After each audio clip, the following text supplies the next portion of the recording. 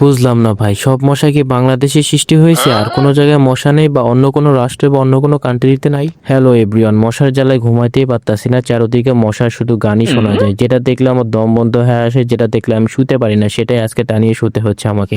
তো বুঝলেন তো, এই মশারিটা টানাই আমাকে ঘুমাইতে হবে, কিন্তু ব্যাপার না, মশার যন্ত্রণার থেকে এই যন্ত্রণা নেওয়াটাই অনেক ভালো। তাও যদি ঘুম আসে, আবার সেহরিতে উঠতে হবে, আবার সেহরি খেতে হবে। চিন্তা করলাম যে মশারিটা টানিয়ে ঘুমাইলে মশা আর ধরবো না, কিন্তু এখন দেখি মশারির মধ্যেই কিন্তু মশা বেশি ঢুকছে, চারিদিকে খালি মশার উৎপাত শব্দ।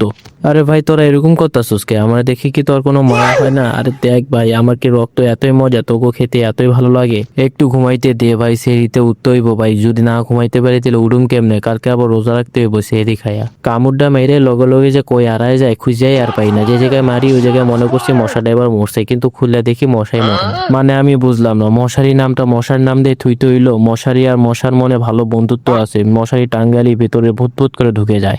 একদমই শান্তি পাইতাছি না, কখনো পাছায় কামড় মারে, কখনো গালে, কখনো হাতে, কখনো পেটে। ভাইয়া ভাই, ও তেলে এই কারবার? হ্যাঁ, তাহলে এতক্ষণ আমি ভুল কইছি। আসলে মশারির লগে মশার কোনো বন্ধুত্ব সম্পর্ক নাই। মশারি যদি ফুটো থাকে মশা তো ঢুকবই। কিরে ভাই, এটা তো আমি খেয়ালই করি নাই, এর লেগে আমি এতক্ষণ ঘুমাইতে পারি নাই? মশা খালি ঢুকে আর খালি কামড়ায় আমারে। এমনি আমি গরিব মানুষ, খাট নাই, নিচে ঘুমাই, তার মধ্যে আবার মশারি ছিঁড়া, তেলে হইব কেমনে? মশা তো ঢুকবই। এখন কি কোন, এই ছিঁড়া মশারির মধ্যে কি ঘুমানো যাইবো? এর মধ্যে যদি ঘুমাই তাহলে আমার ঘুম হারাম করে দিব। মনে হয় মাথায় একটা বুদ্ধি আছে, এটার একটা ব্যবস্থা করতে হবে, নইলে সকালবেলা উঠে দেখবো চেয়ারা মোয়ারা সব ফুইলা গেছে। সুই সুতা কি জন্য নিছি হয়তো বুঝতে পারছেন, বাঙালির লগে সুই সুতার একটা ভালো সম্পর্ক আছে। কোনো কিছু ছিঁড়ে গেলে এটা সেলাই করার একটা ভালো পদ্ধতি বা মাধ্যম। সুই সুতা গাঁথার পরে মশারি শিলানোর কাম শুরু করে দিলাম। একটু কষ্ট করে যদি সিলাইয়ে ঘুমাইতে একটু আরামে ঘুমাইতে পারুম, নইলে তো ঘুমাইতেই পারুম না। এমনি নিচে ঘুমাই, তার মধ্যে আবার মশারি ছিলাম। মশারি কিনা টেকাও নাই, এটা দিয়ে আমার অনেকদিন চালাইতে হইব। মশারিটাকে ভালো মতো সিলাইতে হইব, জানি ফুটা না থাকে।